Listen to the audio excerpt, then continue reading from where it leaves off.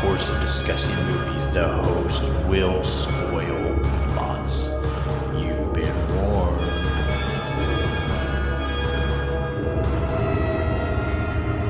Listen to their screams.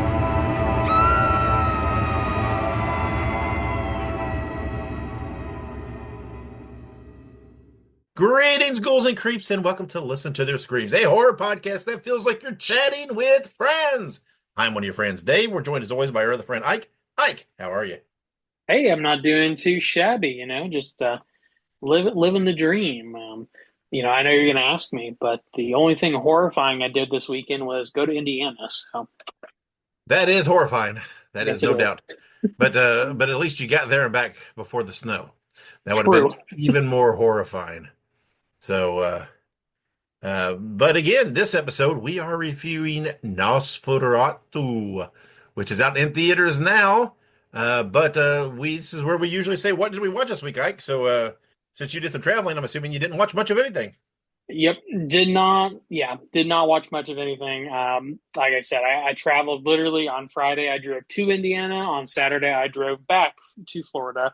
And then Sunday, I had to go grocery shopping. So I did nothing of fun. When I did have time to watch stuff, I've been rewatching Breaking Bad. So that's not exactly horror, but it's a good show.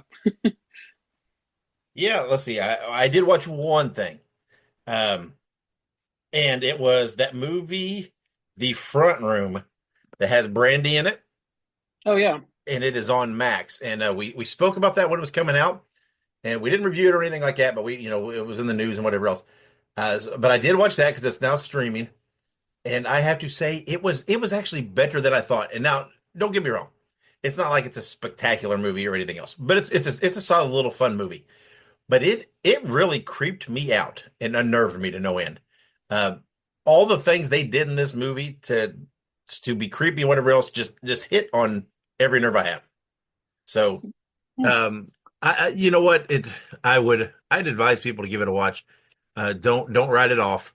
It's not like it's super scary or anything like that, but it is pretty creepy, and it's just a fun little watch. So I would advise people to go give it a watch again. I think it was on Max. I believe it's on Max. I'm pretty sure that's what I watched it on. So, all right, short and sweet with the opening. Let's get right to our first segment. Order up. Here's one house special cheesy slasher. Enjoy. And we're back to the normal rotation, and this means we have cheesy slasher of the week. This is where Ike and I present to you a cheesy slasher or a low budget movie or maybe a movie that you haven't heard of or whatever it might be that we advise you to watch. Now, this movie this week is not necessarily cheesy, but it's one that you may not know of. So that's where it's kind of slipping in here for us. And we're keeping with the vampire theme this week, and we present to you the movie Martin. Now, this movie was written and directed by George A. Romero. That's right, the zombie guy. Did a vampire movie. This was his. I believe they said. I think I read it was his fifth movie. I think that he did, and he has always said. I guess this is one of his better movies that he really enjoyed. I've not seen it, so I can't vouch to it. It is available on Tubi. I did look it up, intended to watch it, just didn't get around to it. We'll be watching it in the near future. But the movie is starring John Amplas, Lincoln Mazel, Kristen Forrest, and more. It was released in 1977. There was not a hard date on it because it only had a very limited release. Then didn't get released to home video, obviously, for several years later because home video didn't really exist for several years later. But the movie is described as a young man who believes himself to be a vampire goes to live with his elderly and hostile cousin in a small Pennsylvania town where he tries to suppress his bloodlust. Now, a few fun facts about the movie. The original cut of the film ran nearly 2 hours and 45 minutes, and it has never been screened publicly. This cut was believed to be lost until recently. It was rediscovered by Kevin Crease and the Living Dead Museum. So it does exist. There is a 2 hour and 45-minute cut. It's never been screened publicly. The Living Dead Museum has it. I'm assuming from what I read. Now, I don't know if they ever screen it there at the museum. I'm not real familiar with the Living Dead Museum. Clearly, it's a Romero museum. I'm not super familiar with it, but they do have it, so it does exist. Romero did want the entire film to be black and white, but he lost that battle to the producers. So it's my understanding there are a few scenes in black and white. Again, I can't vouch for that. Not seen the movie yet, but I don't know what Romero's deal was with black and white. I don't know if he just thought it added to the creepy effect. I don't know, but and this was the first collaboration between George Romero and Tom Savini. Obviously, the visual practical effects, master of all time. I think Savini is the man. Right. But this was the first collaboration between Romero and Savini, and they have collaborated on several things since. So there you go. So go check out Martin. Again, it's a kind of a film that maybe you're not familiar with. So I advise everybody to give it a watch. Again, it is available for free on Tubi with ads. So go give it a watch. So let's progress on to our next segment. Talk to us, Internet. And it is time for Talk to Us, Internet. This is where Ike and I either respond to listener feedback or we pick up on something that is out there on social media that we want to talk about just briefly. And we're keeping it right on topic here because Bloody Disgusting selected Nosferatu as their best horror movie of 2024. Now, Ike, we're not going to get into the review yet because we got that coming up. So we're not going to talk about our opinions per se, and at least in a lot of detail. But now that we've seen the movie in retrospect, we did our review episode recently where we talked about our top 5 favorite movies of 2024. Now, I had already seen Nosferatu, and I had put it out there as an honorable mention. It did not crack my top 5, and I'll talk about that later. But I guess this is primarily then for you. Would it have cracked your top 5 now that you've seen the movie? Oh man. Probably not. Okay. No, I take it back. No, it would not. It would not have cracked my top five. Like you said, without getting into too much detail, this is equally a problem of the movies that we watched this year that did make my top five. It is equally a problem of those movies just being super, super good. But it is also equally a problem of, you know, there were some things about Nosferatu that would have maybe not reached the level to which I would have preferred it be. Um, and I like I said, I won't get into it too much because there is a very specific issue that I have with the movie. That isn't even necessarily the movie's fault, but I won't say anything about it right now. But to answer your question, no, it would not have cracked my top five. It perhaps would have maybe been in my top 10. Just as just as the movie itself was, it is what it was, and I can't say that I didn't enjoy it. Maybe a top 10, big maybe. I would have to look at all the movies, but definitely not top five. Not a chance. Yeah. Well, like I said, I had already seen the movie when we ranked. It did not make my top 5. Even before we had started discussing things and doing the back and forth on things, it didn't make my top 5. But I did push for it to be an honorable mention. So do you feel comfortable having seen it now with it had been that it was one of our 3 honorable mentions? Do you feel comfortable with that at least? Yeah, I think it being an honorable mention is honestly kind of where it. I don't want to say where it deserves to be, because I think that the movie. Because obviously, I like you said, we don't want to get into it too much because Yeah, yeah, we're yeah. gonna have a whole review about it later. Yeah. But just in terms of how it ranked for us, yeah, I think honorable mentions where it needed to be, because it does deserve to be recognized because there are things about this movie that are important. But it is not to say that it is not a decent movie. It's just to say that it deserves recognition, but perhaps not as a top five film. Yeah. Now, yeah, that's all I want to talk about. This is just going to be a brief thing, obviously, because we are going to talk spoiler free, full review later and give, our opinions and takes on it. I'm getting the vibe. Again, you and I have not discussed this at all, but I'm getting the vibe. We both have things to talk about with this movie. I will say, just keeping with the topic of the segment where we're talking about the internet, social media, etc. Lots of people are just praising the movie, talking about it being the best of 2024, how good it is, etc., etc. Again, I don't argue opinion. That's their opinion. They're entitled to it. But we will go into it later. But I do have differing opinions, and I am very comfortable with putting it in an honorable mention. Um, to be frank, I would have been okay with it not being an honorable mention. Even it's not even that it was that hit or miss with me. But we'll talk about that in a bit more. We will dive into Nosferatu and our opinions on it a little more later in the show. So for right now, then, let's just move on to the next segment. Stump the co-host. And this episode, we are going to do our very first Stump the co-host segment of 2025. Now, this is the segment where Ike and I have identical horror trivia decks, and we randomly pick 2 cards out of this deck. That is 4 questions total. We will alternate asking each other these questions, and whoever answers the most right will win this round. Now, a couple things we want to talk about. We have done this both years that we have been out there. 2023 was a partial year, but both years, 2023 and 2024, Ike was the champion. He won both those years.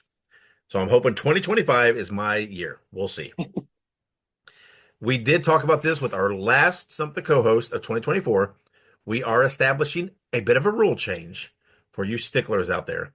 We will not have any more draws.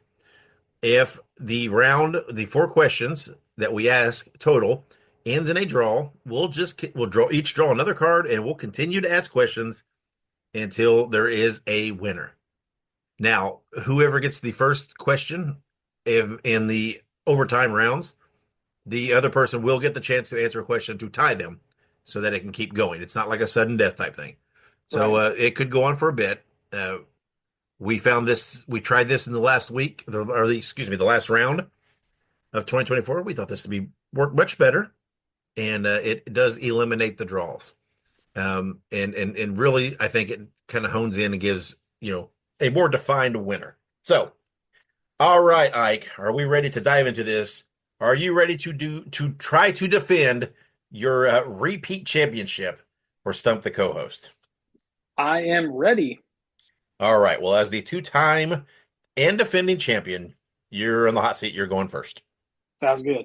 Kevin Bacon stars in what 1990 film about a group of people fighting for survival against a giant worm-like monsters hungry for flesh? That would be Tremors. That would be Tremors. Correct. So right out of the gate, Ike has jumped on his defense and put me automatically back on my heels. Gotta be faster than that. Here we go. You ready for your first question? Yeah, it doesn't even matter. Just go ahead. All right. Wolfman's Got Nards. Name the movie. That would be the Monster Squad. That is correct. Whew, put that one right in my wheelhouse. That's right. Good deal. All right, here is your second question. What Rolling Stones ballad is sung by the demon Azrael as he possesses bodies in the Denzel Washington film Fallen? Okay. All right. Run by me the band again that the song is from. The Rolling Stones. What Rolling Stones ballad is sung by the demon Azrael as he possesses bodies in the Denzel Washington film Fallen? All right. I'm gonna be honest. I haven't not listened to the Rolling Stones in a very long time, and I have never seen this movie. So as part of rationalization, I'm going to say Paint It Black. Is it the song Paint It Black?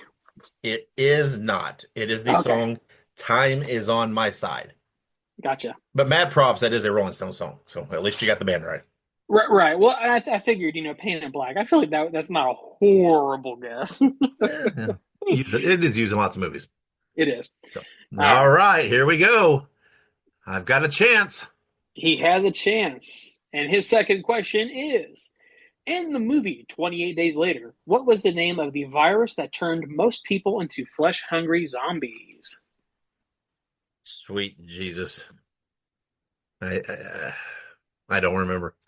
I don't remember. It's been so long since I've watched this movie, and I have yet to rewatch it because of the upcoming 28 years later. I'm saving it. Don't know. Don't remember. Not a clue. Not a clue.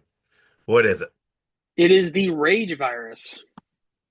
Ah, okay. Yeah, that does click now with me now. And I actually think that was might have been even dropped in the one of the recent trailers for the new movie even. I think it perhaps was, maybe. Well, there went my opportunity. So let's see if you give me another. Here is Well, your third question. I would say it's 1-1 now, isn't it? It is 1-1, correct. Yep. What breed of dog is Cujo? He's a Saint Bernard. He is a Saint Bernard, correct. Yes. All right.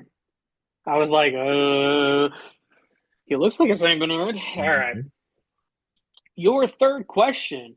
What 2005 film starring Jennifer Connelly was based on a book by the author of the Ring trilogy? Oh boy. This is 2005 is not my wheelhouse. Jennifer Connelly, not my wheelhouse. Based on the same author, a book by the same author of the Ring trilogy, huh? Interesting. According to this card, that is the case. Interesting. And you know what? I don't know. What is it? It is Darkwater. No, I wouldn't have been able to guess that in a million years. Me neither. All right. Well, here you go. You get this one right. You have sealed the win. I can't even tie you to send it into overtime. What Spanish found footage film centers on a reporter and her cameraman trapped in a building whose occupants show animalistic and murderous behavior? That is REC. That is correct. God damn. All right. Go ahead and ask me my fourth just for the hell of it, even though it just does not matter whatsoever. Yeah. All right. Your fourth question is, what 1960s Gothic television soap opera depicted the lives of the wealthy Collins family and was remade into a film starring Johnny Depp? Is it Dark Shadows? It sure is. Why can't I get more of those? Why do I got to get 2005 and Jennifer Connelly? Crying out loud. Well, it is the fate of the cards. 2025 is just starting out to be the same. It's taken one round. Taken one round to nurture the pessimist in me already. Way to kill the optimism. I was going to say, one round in, and he's already like, all right, I'm going to play in traffic. All right. It's a long year. I'm not out of it yet. Just one, so that's whatever. True. All right. Let's take a break. And when we come back, we will have our news, birthdays, anniversaries, etc. So stick around. Make sure you subscribe to Listen to Their Screams on your favorite podcast platform. Also, make sure you look us up on social media. We're on Facebook, Twitter, Instagram, Letterboxd, TikTok, and Slasher. All you have to do is look up Listen to Screams. That is Listen, the number 2 and Screams, and you can find us there. Also, make sure you go and buy yourself a Listen to Their Screams t-shirt. You can find all of our shirts at tinyurl.com/Screams Shirts.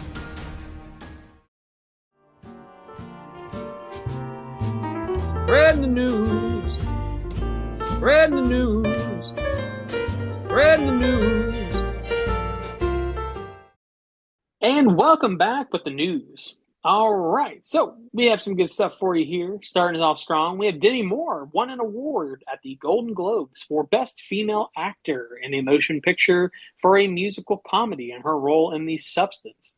Now, I did not know that this was either a musical or a comedy, The Substance, so intriguing that it was listed as such. But I've heard good things about The Substance, and I've heard good things about Demi Moore's performance, so definitely something I'll check out. Well, yeah, I have seen The Substance. It is absolutely spectacular.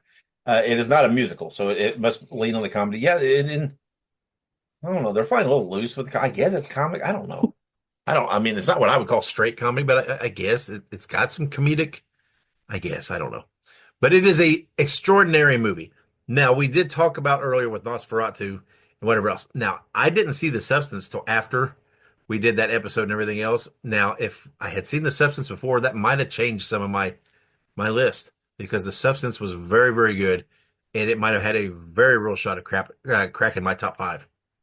So I really enjoyed it. So highly advise everybody to go check out the substance. I think it's just currently on video on demand. I think I don't think it's streaming yet. So, but yeah, but good for Demi Moore. Even though I'm sure she's won 50 million awards, and but I'm sure they all matter. So That's right. All right. Moving on now to a new season of Goosebumps is just, pardon me, debuting on January 10th, and R.L. Stine has also announced three new Fear Street movies are in the works. I'm really excited actually for this new Goosebumps series. The first season had Justin Long in it, and I believe the next series has the guy from Friends, David Schwimmer, in it. oh yeah, Yeah, there you go. Oh yeah, so yeah. I did see like a trailer or something for that. Yeah, yeah, yeah. so that's cool. David Uh, Schwimmer, fantastic actor. I haven't really seen him in a whole lot lately, so be very curious to see him in this. And but yeah, absolutely. I love Goosebumps. I love the first season quite a bit. And this one's actually from the trailer, if I remember correctly, it's based on one of my favorite Goosebumps novels, which is Don't Go in the Basement. Um, Also, one of my favorite episodes from when they did the live action show years ago. It was really, really, really good. So, super excited for this. And at the time of recording, it comes out in like 4 days. So, um, very pumped. yeah, and I did not watch the first season, so but I am very excited about the Fear Street movies because I did enjoy those three movies that came out. So I am looking forward to those as well. So yeah, this is a whole lot of exciting R.L. Stein news all in one all in one announcement here. Yep, absolutely. Love it. He can keep doing it, keep making stuff, and I'll keep watching it. Sure. All right. Now we're going to move on to Hard Eyes has been rated R for strong violence and gore. The movie releases in theaters on February 7th and will star Jordana Brewster, Olivia Holt, Devon Sawa, Mason Gooding, and others. The full trailer is expected to release next week. Um, this is exciting. Dave and I were both suckers for holiday themed horror movies, as you all can tell. And Valentine's Day is no exception. My Bloody Valentine is a extremely good movie.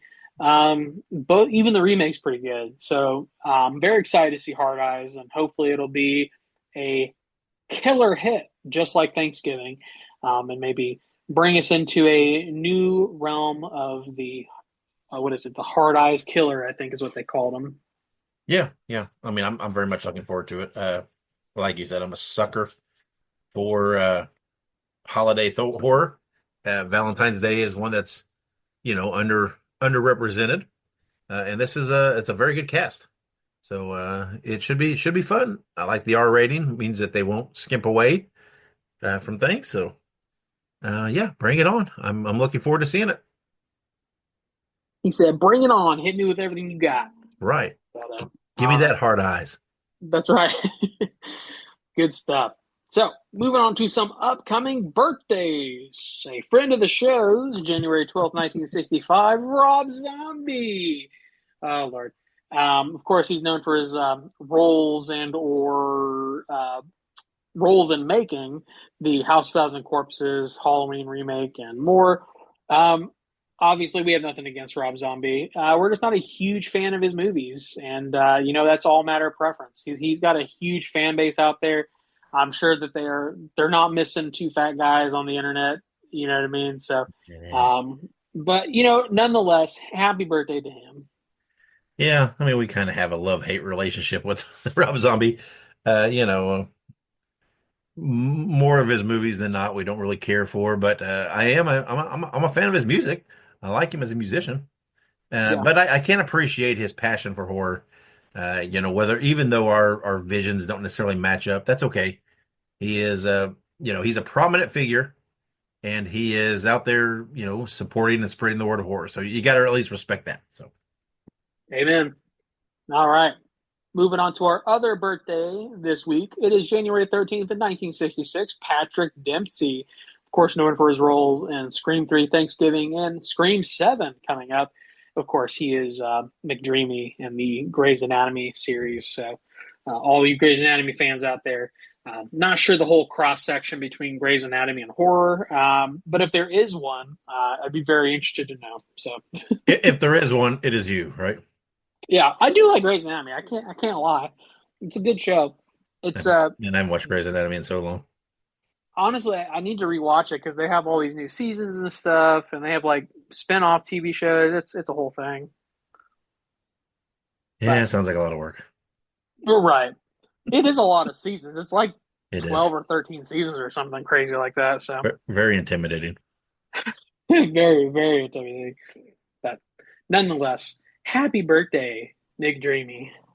That's right. Obviously, I thought his part in Scream 3 was good. I'm glad he's coming back for Scream 7, and we've sang the praises of Thanksgiving and his role in that. So yeah, he's got his little place carved out in horror, along with a multitude of other things. I mean, we haven't even spoke of all the stuff he was in the '80s and everything. So yeah, he's had quite the career and obviously a decent little cross section of horror there. Yeah, absolutely. Very, very well-versed actor. But all right, moving on now to some upcoming movie anniversaries. We have January 13th, 1989, Pumpkinhead, a monster movie classic, in my opinion.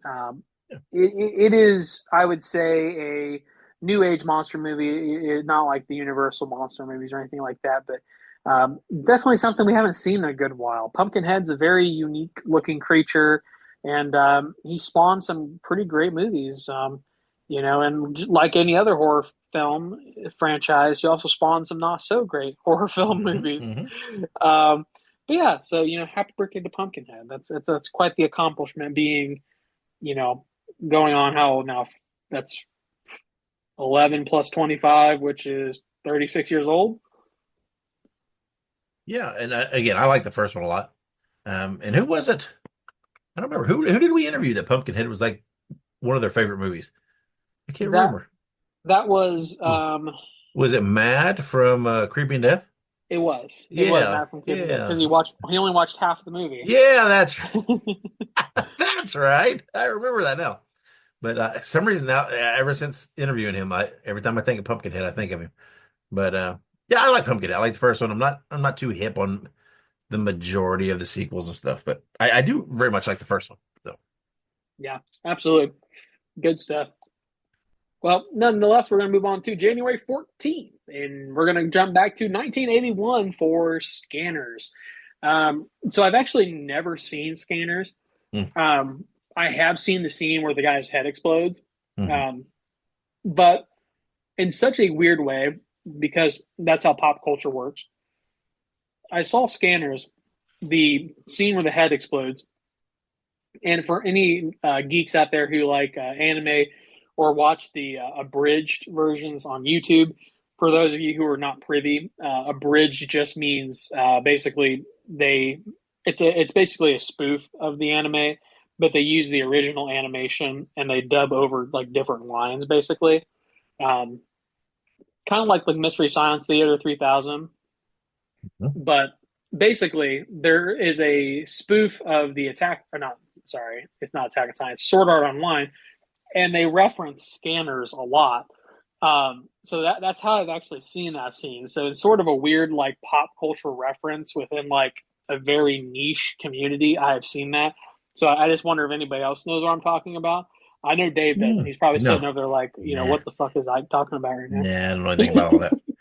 But Scanners is got a lot of pop culture references and everything else uh, out there. It was actually referred to in an episode of Supernatural, even where a guy's head exploded and it was in a gas station. And the guy says that he went all scanners, and of course, Cass asks, "Was it scanners one, two, or three?" And but yeah, but I like scanners. The other ones, yeah, I haven't seen them as much, but yeah, I like the first one. But yeah, there's a who doesn't love a movie with heads exploding? True, true. That's like a prerequisite for me to watch a movie. Does Sure, someone yeah. head explode in this movie? If yes, I'll watch it. If no, I'll consider it. Uh, I am joking. That is not a prerequisite for my movie watching experience. I am not a crazy person. Well, maybe my psychiatrist would disagree with that, but we don't talk about them. No, I'm kidding. Uh, moving on. Happy birthday, Scanners. But on January 14th, a mere 30 some years later, we have Scream 5, which is just called Scream. It's the reboot with the Carpenter sisters, or requel, as they call it. Very good movie. Gotta say, love this movie. Very interesting twist in this one. And hopefully, we'll see some more of the Carpenter sisters at some point. I really hope that they're not completely written off, but I guess we shall see. Yeah, I'm not feeling optimistic. I don't know if they'll actually be written off as much as just probably not, maybe not even mentioned. I don't know. Right. But yeah, I wasn't a huge fan of Scream 6, but yeah, the Scream, or what most people refer to as Scream 5. Yeah, it was pretty good. I enjoyed it, and it was a very exciting time. I remember, the hoopla with it coming out and going to see it. It was very exciting. It So was. yeah, but yeah, it's not bad. It's a fairly solid movie. I agree. It's a pretty good one. Obviously, it does not hold up to the original in that way, but it is still a very interesting generational take on it. So, all right. Nonetheless, we're going to move on now to upcoming releases. We got two for you. We got one called Getaway. It is releasing on Shudder on January 10th, and it is described as a family's vacation to a remote getaway. Takes an unexpected turn when they discover the island is inhabited by a serial killer. Sounds like fun to me. You get stuck on a remote island and a serial killer is there. That just sounds like a recipe for Yeah. fun, or for long lasting generational trauma. Yeah. Either way, I'm here for it. As you do, you go to an island for a vacation, get caught with a serial killer. It happens. But yeah, Happens to me all the time. yeah, we've all been there. But yeah, this movie, I think well, it's got Nick Frost in it, but I think he even had a hand in writing it. I want to say I'm not Oh, 100%, but I know he's in it. So that I like that aspect. Although I was excited for Black Cab because he was in it, and that kind of let me down. But right. hopefully this one will be better. But Yeah, I'll give it a watch. We'll see.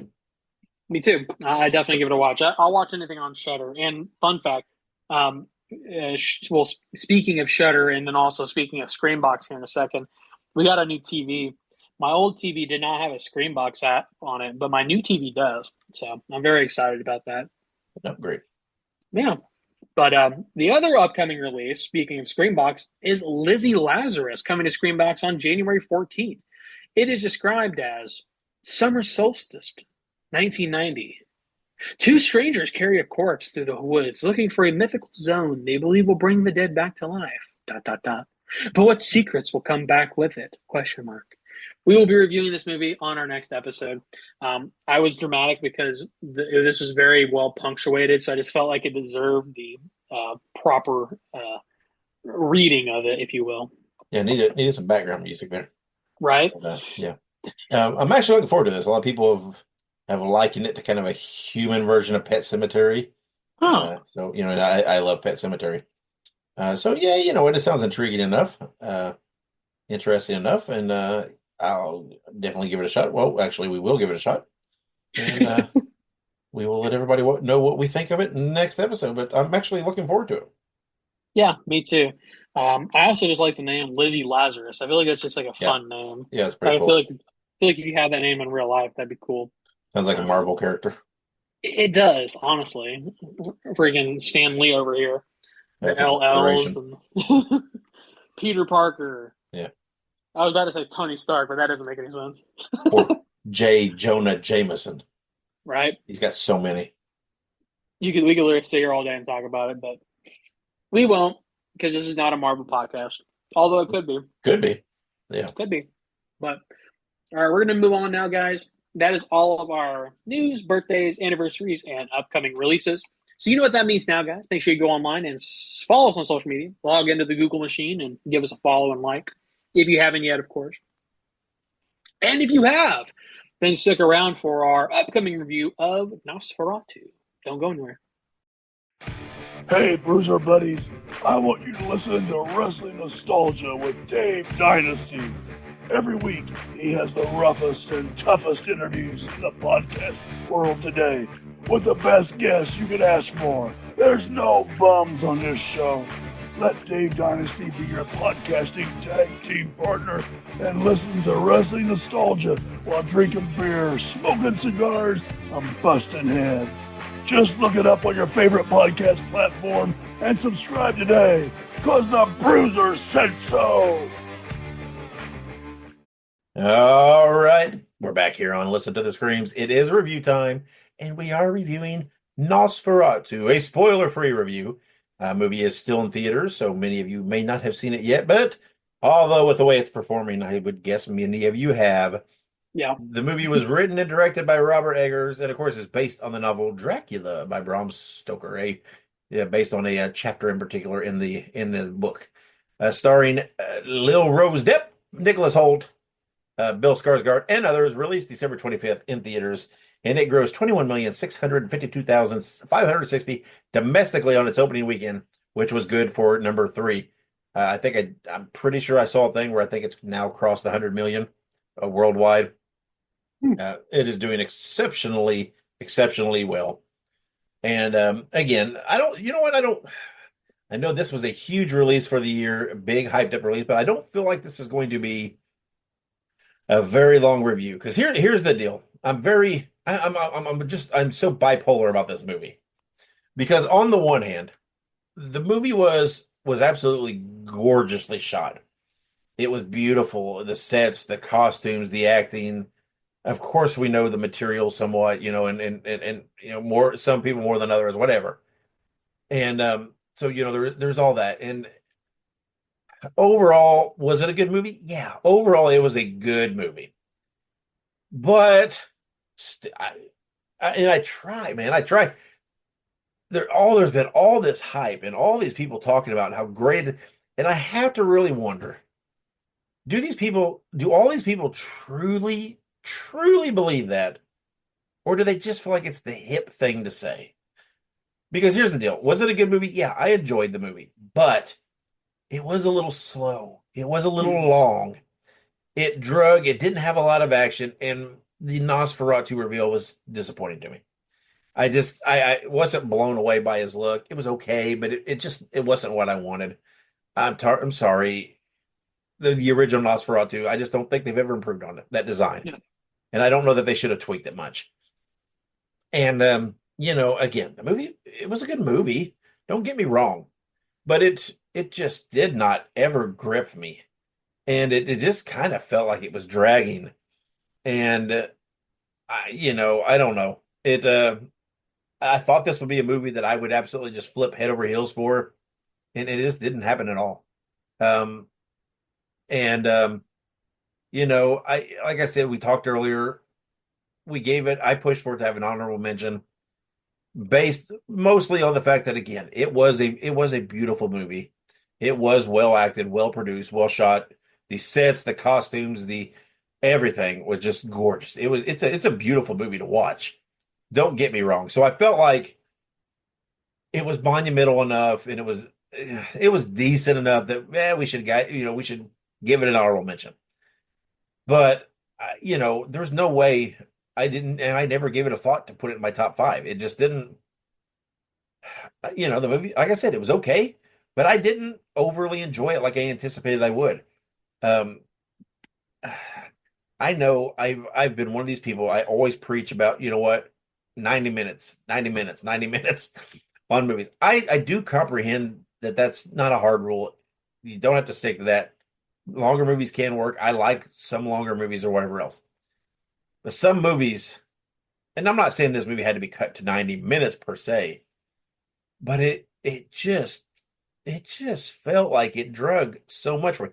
And again, I see all this positive review, and I hope these people truly did enjoy it. but I really have to be kind of skeptical about some of these people on whether they're just kind of going with the flow or whether they're truly being honest about what they feel about it. Because I just feel like I can't be the only one who just felt like it was kind of it just wasn't what I thought I was getting. And then it kind of at parts even kind of bored me. And I'm sorry, I wanted to love the movie so much. I really did. And I was anticipating this movie so much. And it let me down. Not saying it's a bad movie, but it didn't live up to the hype for me. And it doesn't live up to the hype that it's getting still. I just don't.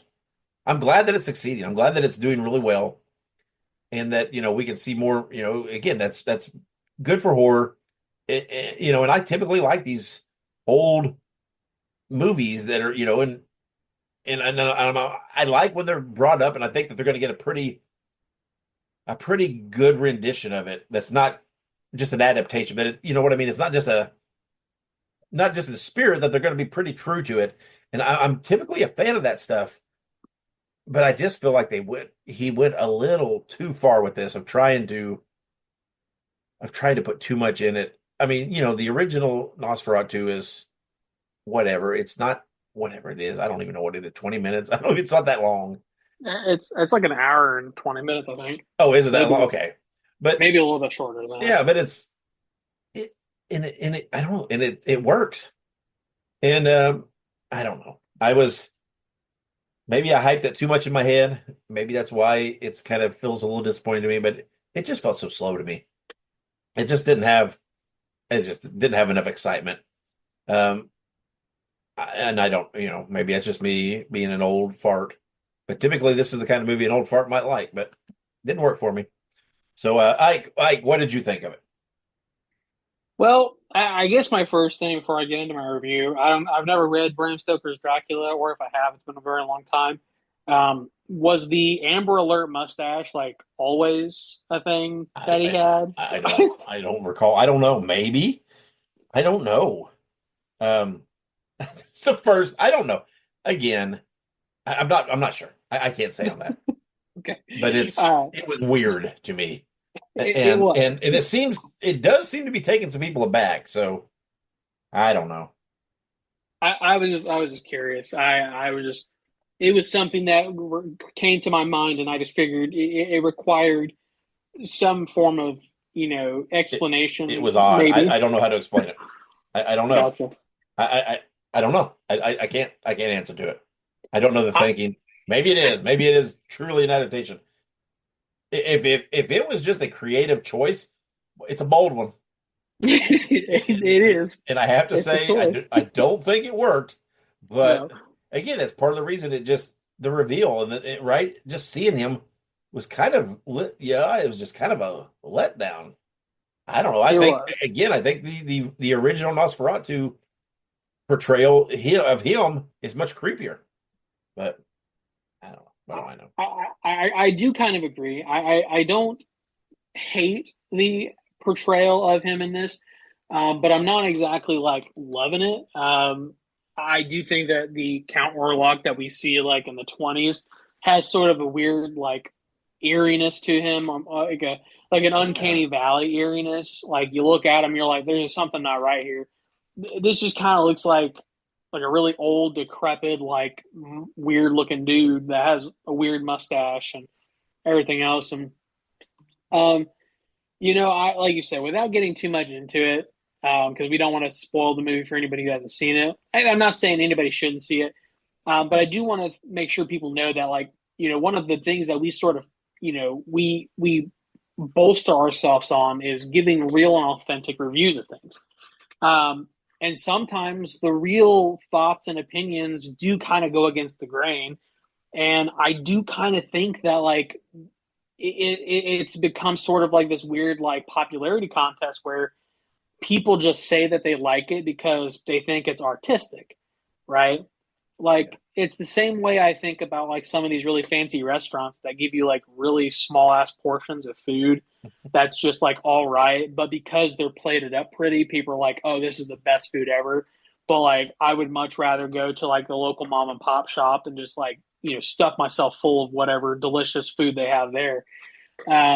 but that's kind of what I'm thinking, is that this is like the amuse bouche of movies, as it pertains to culinary delight. But to sort of elaborate on that, for me, it was just like, I mean, I'm very open to all kinds of horror.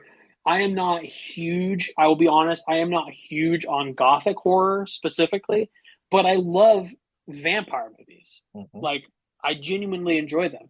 And so, like, and I like the original Nosferatu. I like the other Dracula movies. I enjoyed, I actually really enjoyed the Last Voyage of the Demeter, which was eerie. But just there was something about this movie that just rubbed me a little bit wrong. And it's not that I didn't like it or I didn't enjoy it to some degree, because I did, right? I did like the movie and I enjoyed it enough to like come out of that movie feeling mostly satisfied with my experience. It's just that I just felt like there was something amiss with the whole interpretation that I just can't quite put my finger on. And like you said, the reveal of Orlok was quite disappointing. I felt like he was not nearly as terrifying as I kind of hyped him up to be in my head. Um, and that's not to say that Skarsgård didn't do a fantastic job, because he did. He did a fantastic job portraying this character as he was meant to be portrayed, as per the instructions of the director, I would assume. And Lily Rose Depp, she did a fantastic job as well. They did a fantastic job portraying that character. Same thing um, with everyone in this movie. I mean, there's not a single person in this movie that I would say did a poor job. It's just that the adaptation seemed weird. And it just, like you said, it wouldn't have broken my top five. It maybe would have broken my top 10, maybe. But there are a lot of people out there who are like, this is the best horror movie of 2024. And I just disagree. I can name a bunch of movies that I think were much better, much more enjoyable. Maybe not as high budget, maybe not as artful, but more enjoyable nonetheless. And that's the thing too, is that just because this movie is artistic, just because this movie is beautifully made, I like, no doubt in my mind, is this movie hands down one of the most beautiful movies made this year in terms of sheer filmography. I mean, literally, it is so gorgeous. The surroundings, the backgrounds, the cameras, everything is beautiful. But that can only make up so much of poor content. You know what I mean? So that's kind of where I shake a little bit, is that, yeah, filmography is great. Yeah, the acting was decent, but there was just something amiss. The presentation of Orlok was not what I expected. The content itself just seemed a little amiss based on sort of prior source material. And that's perhaps, I think, maybe the fatal flaw here, is that there is so much source material that it is almost difficult to discern each instance of this character from the other. So I think that there's so many good presentations of this character that it's perhaps difficult to say otherwise, if that makes sense. Yeah. Yeah. And again, I get the movie and all the hoopla and everything. I get it's an event now, right? Everybody's talking about it and going to see it's an event and whatever. I get that. And that's fine. I enjoy that. I like that. I'm glad that people are appreciating that side of it. But it's just not, I don't know. And I can accept that side, but I don't know. I'm sticking to my guns, and it's just, Yeah. It didn't, I don't know. I was let down. And, and I again question, like you said, like I said, like we've talked about here, that how many of these people that are talking about this are just, do they just feel like it's what they think they should say, that they're just getting caught up in the event and caught up in the artsy side of it, and just saying that, oh, it's great, it's this, it's that, how many of them, really, if they were just sitting down, sincerely would say, yeah, I love this film? How many of them will buy it digitally? How many of them will buy it physically? How many of them will rewatch it when it comes out streaming? I would, I don't know. I just, do I think it'll do good streaming? Yeah, because there's still probably a large chunk of people that haven't seen it. There is, obviously a group of people that will want to rewatch it. I don't doubt that. But I don't know. I mean, I'm just saying, me personally, I don't really have an urge to rewatch it again. Yeah. And I hate that. It's like I almost have a guilt because it's like I felt like I wanted to love it. I really had it hyped up. And there's almost like this little part of me, it's like, should I love it? Am I missing? It's like, but no, I just, it is what it is. We've talked about it, all the time. It's a taste thing. And I just truly hope that all the people that say they love it, I hope they truly do love it. And they're not just saying it. But whatever the case may be, whatever, the movie's got their money and it succeeded, and that's all well and good. So, That's what I was going to say too. Is that I mean the movie was incredibly successful, so obviously nobody's losing a work out of this. You know what I mean? mm-mm. You and I wouldn't spend our money on it, and it's I don't know, and I don't want. I also wanted to be clear that like I think that this movie is going to be an important movie for a lot of people. Um, I think that this will be a genre defying movie for some groups of people. I think that this is going to be something that some people really love and they really appreciate. And our opinions are not to deprecate on that. It is just to say, hey, this was not quite the product that we were expecting. Albeit not horrible. It just wasn't what we were expecting. Because I can already tell.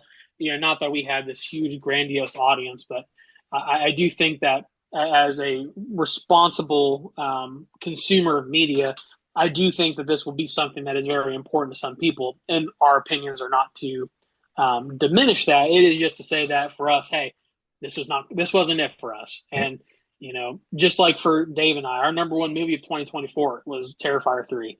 That movie is not for everybody. That movie is easily one of the most like violent, disturbing movies you could ever watch. Like that's obviously not going to be for everybody, and we know that, and we know that to some people, us putting Terrifier 3 over Nosferatu is paramount to sacrilege, and that very well may be the case. But hey, that's the beauty of this, right? That art is defined and seen in so many different ways. But I will say one other thing, and I mentioned Terrifier 3. Terrifier 3 got so much shit for off screen implying the death of children. Yeah. But in Nosferatu, he very clearly and openly kills two children, and you see both of their lifeless corpses. And I have not seen a single person complain about that depiction. But when Art the Clown does it, everybody gets their panties in a twist. What the fuck is up with that? I don't know. I don't know, but again, I don't know. I'm not trying to diminish the film and everything else, but I just feel like it's just trendy right It now. is. And I don't know. It doesn't have that blockbuster feel that it should to me. And but that's my opinion. And if people truly love it, that's great. I'm glad. And I can respect that. I can, and I honestly, I could honestly probably even see why that, certain people would like it. It's just not the style of movie, and it didn't grip me the way I feel like a movie should. But, I want a film to be enjoyable or to make me feel something, one or the other, or both. And this just didn't do either. I didn't have fun watching it, and it didn't really make me feel anything. So, I just don't feel like it really struck a nerve with me in any way. Right. But it is what it is. But again, I'm not trashing the movie. I'm not trashing it. I'm not saying it's a bad movie even. I'm just saying it's not what I believe everybody says it is. It's not what I anticipated it would be. So as we transition on to rating it, it might blow some people's minds. I mean, I'm not going to go super low, but to me, I'm rating Nosferatu just a 3 out of 5. It's just in middle of the ground. It was okay. I didn't hate it coming out of it. It was all right. But it's not one of those movies that I'm going to go fighting to rewatch, or that I would think about going to rewatch in theaters, or I will want to rewatch when it comes to I just don't. But it was enjoyable enough that I'm okay with it. It's just not really in my lane. So Yeah. I'm giving it a 3 out of 5, Ike, on the rating scale. What are you giving it? I'm right there with you. I was thinking to myself, where would I rate this? And I think after much, introspection and thought on this, it's a 3 out of 5. It's one of those things where you watch the movie and you're like, hey, this wasn't the worst movie I've ever seen. I didn't hate the movie. There were some things I enjoyed about it, and there were some things I even loved about it. I think, quite frankly, I think that all the actors did superb jobs in the roles they were given. It was just there was something lacking from the movie, and for me, and I'm not like some super artsy fartsy like director or movie reviewer. I'm just some dude who watches movies, and I can't quite pinpoint what the movie was missing, but it was missing something. Um, but nonetheless, three out of five, I feel like is a like you said, a middle of the ground review of the movie. Like you said, I'm not going to fight to rewatch it. If it came to streaming maybe one day and I had some extra time and I wanted to kind of refresh my memory about it, I would watch it again. Not to say I wouldn't. It's just not something like you said. I would go out of my way to say, "Yep, let's go rewatch this."